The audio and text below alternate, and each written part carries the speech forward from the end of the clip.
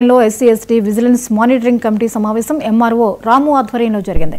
దళితవాడలో నెలకొన్న సమస్యలను కమిటీ సభ్యులు అధికారుల దృష్టికి తీసుకొచ్చారు. పట్టణంలోని ప్రభుత్వ భూములను సర్వే చేసి బోర్డులు నాటాలని మాల మహానాడు అధ్యక్షుడు అశోక్ కోరారు.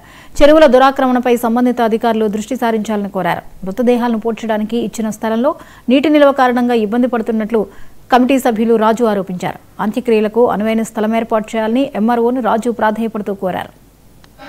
మీ కాల్ పట్టుకుంటామా మా దళితుల్ని ఈ గోడల్ని మేము చూడలేకపోతున్నామా దయచేసి మమ్మల్ని ఇది మేము ఎట్లా చూడలేదు సార్. ఈరోజు చెరువుల్లో పుట్టులు వేసుకునే పరిస్థితి గత మీటింగ్ లో నక్కబడి సంబంధించిన సమాధులు క్లీన్ చేయమని కమిషనర్ గారు చెప్తే అసలు డైరీ డిపార్ట్మెంట్ కూడా చెప్పారు. ఇంతవరకు ఆ పక్కకు రాలేదు. నెక్స్ట్ గత ప్రభుత్వం ఎన్నో లక్షలు ఖర్చు పెట్టి పునూరులో లైటింగ్ ఏర్పాటు చేసి మన దేవుడు అంబేద్కర్ గారికి లైటింగ్ ఏర్పాటు చేస్తే ఆ లైటింగ్ పోయి 6 నెలల తర్వాత పట్టించుకోలేదు మన మున్సిపల్ అధికారులు. అలాగే నక్కబండ తూరుమలసాల కుమరికి సంబంధించిన వాటర్ ట్యాంక్స్ ఇంటి ట్యాంక్స్ సంబంధించి రవి నాయక్ అయితే సెక్రటరీ 4.5 లక్షలు వసూలు చేసుకుంటున్నాడు.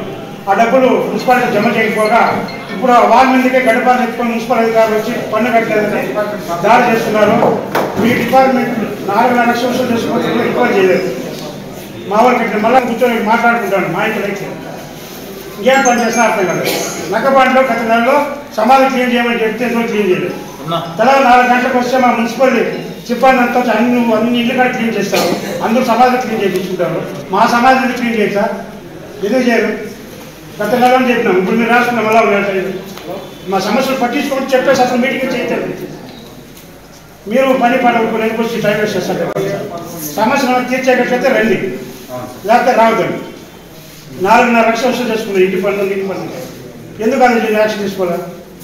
గత మీటింగ్లో శ్మశానాలు చూస్తే ఈరోజు ఎంత ఘోరంగా ఉంటుందంటే ఎస్సీ ఎస్టీలకు మండలం మొత్తం ఎక్కడన్నా చూసుకోండి వాగులు వంకులు చెరువు కుంటలోనే శ్మశానాలు. ఈ వర్షాధారం 3 నెలల నుంచి వర్షాలు పడతా కారణంగా ప్రతి చెరువులో నీళ్లు ఉన్నాయి.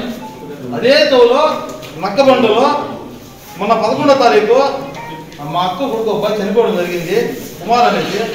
ఇది చూడండి ఎంత ఘోరం అంటే ఈరోజు సమాధులలో తీసుకోకపోతే ఆ నీళ్లు ఎత్తిపోసి కసువు గడ్డి ఆకులు వేసి ఈరోజు దానం చేసే పరిస్థితి ఉన్నది.